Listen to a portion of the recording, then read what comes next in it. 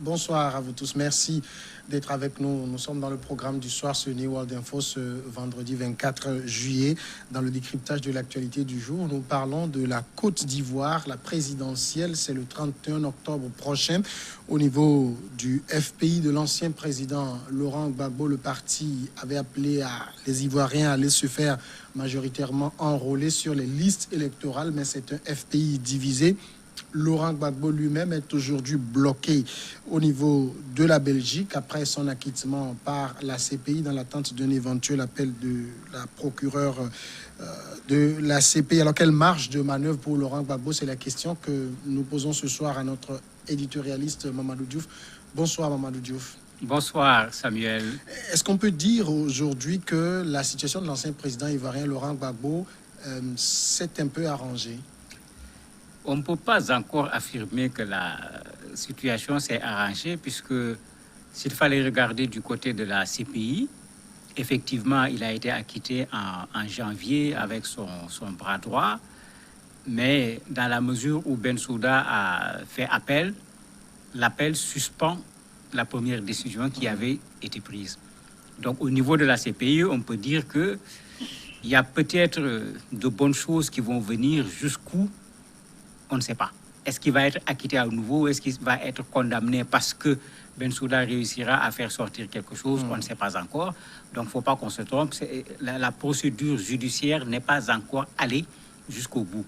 Il a déjà gagné une bataille, mais la guerre n'est pas encore terminée. Alors, il y a quand même la présidentielle qui se pointe à l'horizon. On sait que son rêve, c'est de retourner en Côte d'Ivoire. Ce n'est pas gagné pour le moment. C'est pas gagné. Il l'avait dit clairement d'ailleurs très tôt. Il avait voulu qu'on en finisse avec cette affaire pour qu'il retourne en Côte d'Ivoire. Il veut être candidat, même si on ne l'a pas encore entendu lui-même le dire de façon très claire. Ses partisans du FPI se sont organisés, ont demandé à ce qu'il soit le candidat du FPI. Rappelez-vous encore quand son acquittement a été annoncé, les liesses qu'on avait constatées à Abidjan, les gens avaient commencé à dire président, Gbagbo président, c'est-à-dire aller aux élections pour reprendre son poste de président de la République.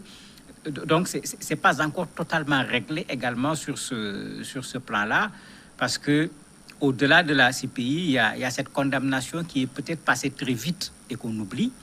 Il a été condamné à Abidjan. À cause de ce qu'on avait appelé à l'époque le braquage de la BCEAO. Et la condamnation est lourde puisqu'il a été condamné à 20 ans de prison et il doit rembourser 329 milliards. S'il se présente en Côte d'Ivoire, dans le principe, puisqu'il avait été condamné par contumace, on doit reprendre ce procès. Il doit venir se présenter. Ici, d'ici les élections, il y a 100 jours, est-ce qu'il a le temps de venir s'occuper d'un procès, parce que cette fois-ci, il est physiquement présent sur le sol ivoirien, alors qu'on est à 100 jours des élections. Bon, il peut être dans un procès, être dans une campagne électorale. C'est quand même très étriqué ce qu'il a comme marge de manœuvre pour pouvoir être candidat à ces élections. La situation au niveau de son parti, le Front populaire ivoirien, n'est pas non plus très rose.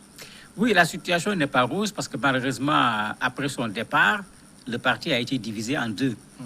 Il y a ceux qui sont restés. C'est Gbagbo, le président du parti. Même s'il est à la CPI, c'est lui le président du parti. Et eux, ils ont eu tendance à boycotter toutes les élections. Il y a la tendance qui avait été dirigée par Pascal Affi-N'Guessan, qui avait dit non, si Gbagbo n'est pas là, il faut qu'on trouve une autre personne. Et cette tendance a même eu à participer à des élections au niveau de la Côte d'Ivoire. Quand Gbagbo est sorti, on avait pensé qu'il va être facile.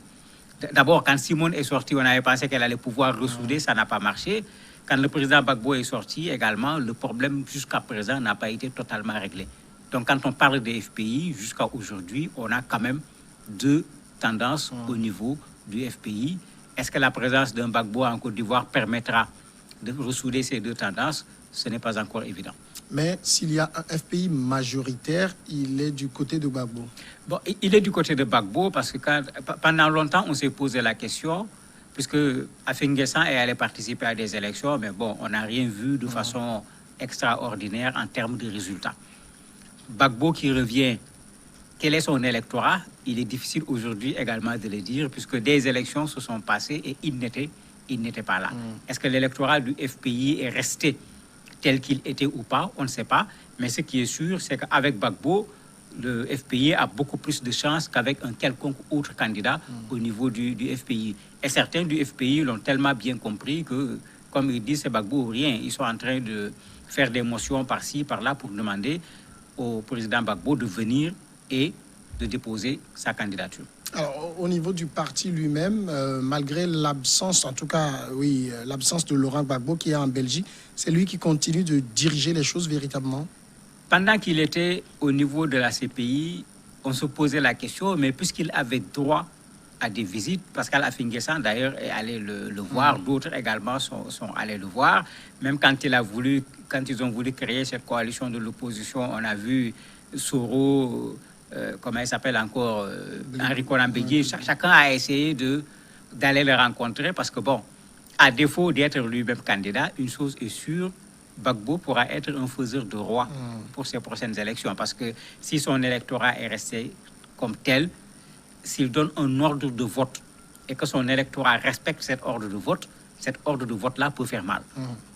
Et en toute logique, ça risque de faire mal au RHDP parce que s'il va donner ordre de vote, certainement, ça ne sera pas pour le RHDP, mais ça va être contre le RHDP. Donc, il y a cette chose qui est là, qui fait que c'est quoi exactement son électorat, on ne sait pas. Mais à coup sûr, il y a une capacité de nuisance qui est là, que le FPI peut utiliser, surtout contre le RHDP. Et je crois qu'eux également, ils l'ont parfaitement compris.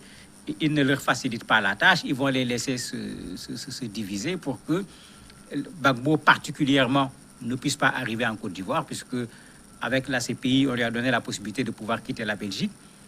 Mais c'est conditionné, il faut que le pays vers lequel il va accepte de le recevoir. Ils ont envoyé une correspondance à Abidjan depuis je ne sais plus quand. C'est hier ou avant-hier qu'Abidjan a fait un accusé de réception. Ils n'ont pas encore répondu par l'affirmative ou par la négative.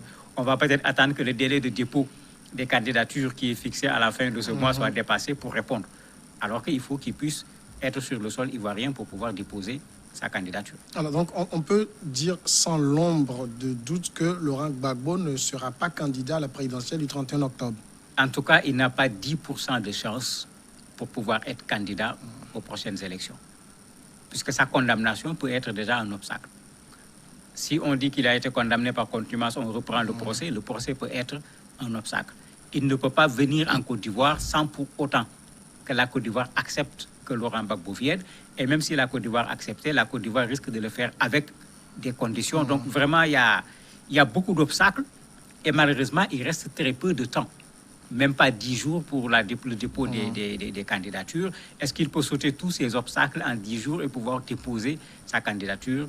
Ça me paraît très étriqué comme marge de manœuvre. Alors, marge de manœuvre très étroite, très étroite pour Laurent Gbagbo, mais sur l'échiquier politique, en ce qui concerne le FPI, les marges de manœuvre qu'il a de manœuvrer les choses sont encore très énorme. Oui, c'est clair. C'est clair que ces élections vont être une sorte de remake des élections de 2010. Que Gbagbo soit candidat ou pas, on va se retrouver avec ce trio Ouattara, Bédié, Gbagbo. Qu'il soit candidat ou pas, parce que quand il soutiendra un candidat, parce que c'est les trois grosses pointures que l'on attend pour ces élections. Il y a effectivement d'autres personnes qui sont candidates. Il y a même à l'intérieur du RHDP, l'ancien ministre des Affaires étrangères qui est candidat. Dans le PDCI, même chose, mais ce n'est pas de grosses pointures. On va se retrouver avec la situation de 2010. Ce qui fait que certains même ont des craintes en disant, mais c'est les mêmes qui avaient créé les problèmes à la Côte d'Ivoire, c'est les mêmes qu'on retrouve 10 ans après. Est-ce qu'ils ne risquent pas de refaire la même chose que ce qu'ils avaient fait, mettre ce pays-là à feu et à sang? Les gens le craignent et les analystes posent ce problème en disant, mais c'est curieux, si Ouattara devient candidat, Bédié devient candidat, pour Ouattara, c'est presque sûr, tout le monde dit c'est toi. Pour Bédié, c'est la même chose. Pour Gbagbo, c'est des contraintes qui l'empêchent d'être candidat. Mais vous imaginez, on se retrouve pratiquement 10 ans après en train de rejouer la même élection que celle de 2010, avec cette fois-ci peut-être, on l'espère, plus de calme, plus de sérénité pour l'avenir de la Côte d'Ivoire, parce que sinon, ça va être le recommencement à nouveau. Alors, si éventuellement Laurent Gbagbo doit jouer donc ce rôle de faiseur de roi, est-ce qu'il est certain que son choix soit logiquement en faveur d'Henri Konan Bédié? Actuellement, c'est lui qu'on voit comme quelqu'un qui pourrait être candidat. Il y a Guillaume Soro qui est là, qui a fait la cour au FPI. Mais Guillaume est dans la même situation que Gbagbo, même si ce n'est pas exactement la même situation. Guillaume n'est pas sur le sol ivoirien. La Côte d'Ivoire a lancé un mandat d'arrêt international contre lui. Est-ce que Guillaume peut venir? À ce moment, ce qui peut amener à penser qu'il va aller vers le PDCI, il ne faut pas oublier qu'il y a un rapprochement qui s'est fait, Soro, Bédié, FPI. Même Blé Goudé, parce que Blé Goudé également a créé son mouvement. Et on l'a vu quand Bédié a organisé son meeting au niveau de Yamoussoukro. On avait vu tous ces gens-là présents à ce meeting. Ils ont pris la parole et on allait dans le sens de vouloir créer une sorte de coalition contre Alassane Ouattara. À l'époque, le problème qui se posait, c'est qui va être le candidat, parce que c'était une grosse équation. Mais c'est comme si les circonstances vont faire que c'est Bédié seul qui va se retrouver candidat. En ce moment, si les autres restent dans leur logique, il y a de fortes chances pour que Soro, Gbagbo soutiennent Bédié. Et là, le RHDP aura du boulot pour pouvoir gagner ces prochaines élections. Mais sur le chantier de la réunification du FPI, Laurent Gbagbo n'a pas encore gagné ce pari. Il n'a pas encore gagné le pari puisque Pascal Affi-N'Guessan n'est pas prêt à venir rentrer dans les rangs, tout simplement. Il a dirigé une partie du parti pendant un temps. Il veut rentrer, j'allais dire, avec ses grades et ses galons. Alors que pour le moment, il n'a pas pu obtenir cela. Sans compter que vous avez des gens dans le FPI qui ne l'acceptent plus, qui le considèrent un peu comme ayant été un traître parce qu'il a voulu continuer alors que le parti avait dit on s'arrête. Ces gens-là ne veulent plus entendre parler de lui. Ou bien s'il revenait, ces gens ne seraient pas prêts à le voir dans une certaine posture au niveau du parti. Et je vois mal Affi-N'Guessan devenir un membre simple au niveau du FPI réunifié. Donc là aussi, le problème est très loin d'être réglé. Alors, est-ce qu'il est possible dans ces conditions-là que si Pascal Affi-N'Guessan se présente, il reçoive le soutien de Laurent Gbagbo? Ce n'est pas évident du tout. Et même s'il recevait le soutien de Laurent Gbagbo, il risque d'y avoir de la réticence auprès des membres du FPI quand Gbagbo pour voter pour lui. Parce que rappelez-vous, il y a eu même des tentatives de rencontres entre les deux qui ont échoué. On avait donné toutes sortes d'explications à l'époque. Quand Simone est sortie, on avait pensé qu'avec elle, ça va marcher. Ça n'a pas marché du tout. Donc, il y a encore un problème de fond entre les deux. D'autant plus que ceux qui ont tenu la barre pour la tendance Gbagbo, ceux-là, aujourd'hui, ne veulent pas voir Affi-N'Guessan.